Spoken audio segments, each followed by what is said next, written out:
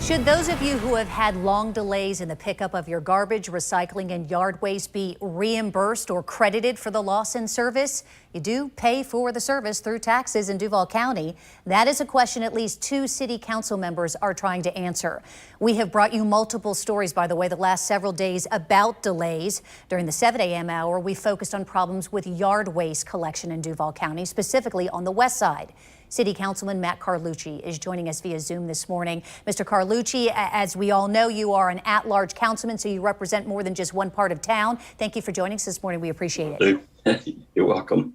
So Councilman, you've floated this idea about paying back taxpayers, so to speak, who have dealt with these long lines. I know that Councilwoman Randy DeFore tells me she supports that idea as well.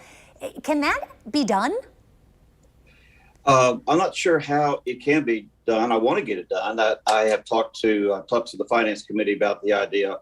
The other committee members did not seem to have the same appetite for that. But in fairness, we pay a fee, but the fee is only about 65% of the actual cost of the service. The rest of the service is pitched in from the to be paid for out of the ad valorem taxes. So trying to figure out that formula, and then how many people have gone a month, how many people have gone maybe 2 months.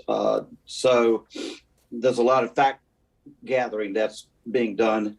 I also raised the idea of perhaps some of this American Relief Act money that could be used to help the folks that are not getting services.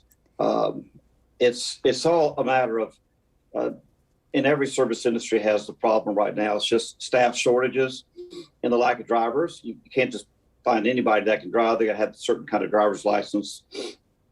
So, I'm looking at every possible idea in that regard, but we really can't figure out what the credit would be until we get out of this mess. And Councilman, let me ask you about that, because actually since my story aired about 35 minutes ago about specifically yard waste delay, a viewer, Dwayne, emailed me and said, hey, why can't these haulers be fined? Well, the city is doing that. Is that working to incentivize, though, these haulers? It is helping some. I mean, we are pushing fines. Our city crews, there's 4 service districts, and there's one of them belongs to the city in the old city limits. So those drivers are working 7 days a week. So that's one of the things that the city is trying to do to expedite these delays in it. So you've got, and then you got a new company coming on, Meridian, and I understand that they're well staffed. They're going to be servicing the Northeast and Arlington areas of Jacksonville.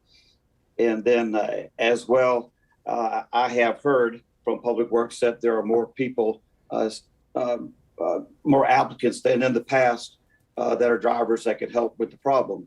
Matt, Mary, another viewer, emailed me this morning asking if these haulers are having trouble filling vacancies, as you've explained in the mayor's office as well. I mean, can the city use inmates maybe to help? Is that an option? Well, not driving a truck. Right, that's for sure. But it's a good point in that, believe it or not, other city employees, in particular firefighters, are filling in for driving the trucks. That's kind of the big need right there.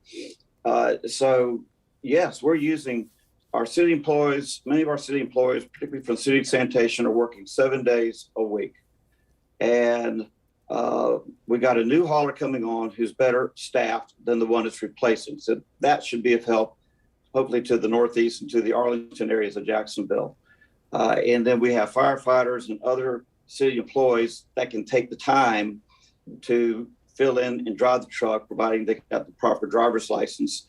And it's kind of like it's just one big mess. No pun intended. It's a mess. And so I have made myself as available as possible.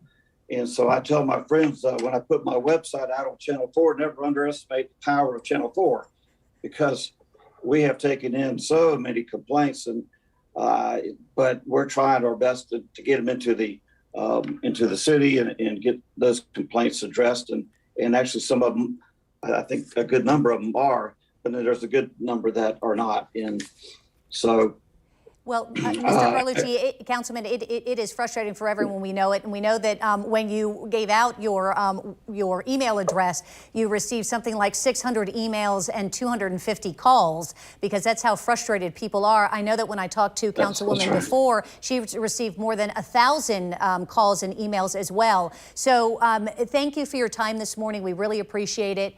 And I also want to make sure our viewers are aware, reaching out to your city council person who represents you is always very important, without a doubt, because they can apply pressure then to the city. But at the end of the day, this does fall on the mayor's office. And please make sure that you go to our website, news4jax.com, because we have spoken with a spokesperson from the mayor's office in detailing exactly what the mayor's office is doing. But you do need to call 630-CITY, CITY, because that way you can get in the queue. If you have to call more than once, go ahead. There have been some delays so that service can get provided to you quickly. And of course, we always welcome you reaching out to the I-Team as well so that we can help push those through.